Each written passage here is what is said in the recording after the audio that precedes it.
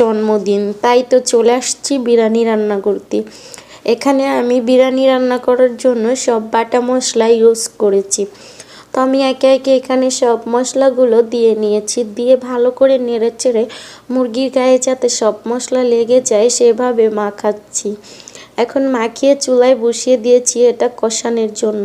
তো আপনারা কিন্তু দেখতে থাকেন আর আমাকে একটি একটি কমেন্ট করতে থাকেন। আমার মেয়ের বার্থডেতে আমি মুরগির বিরিয়ানি রান্না করছি, আগামী বছর ইনশাল্লাহ গরুর বিরিয়ানি রান্না করব।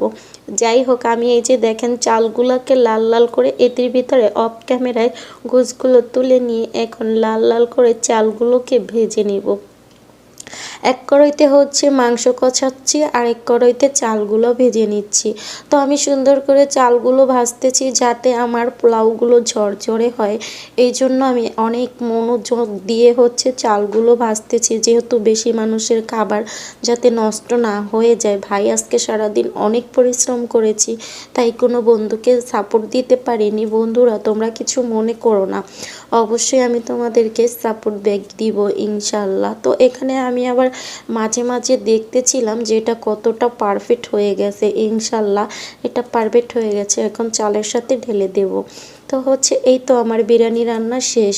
তো বিরিয়ানি রান্না শেষ পর্যায়ে এখন চলে আসলাম কেক কাটার জন্য। আসলে এত ভিডিও করতে পারিনি ভাই, যেহেতু নিজের সংসারে কেউ নাই।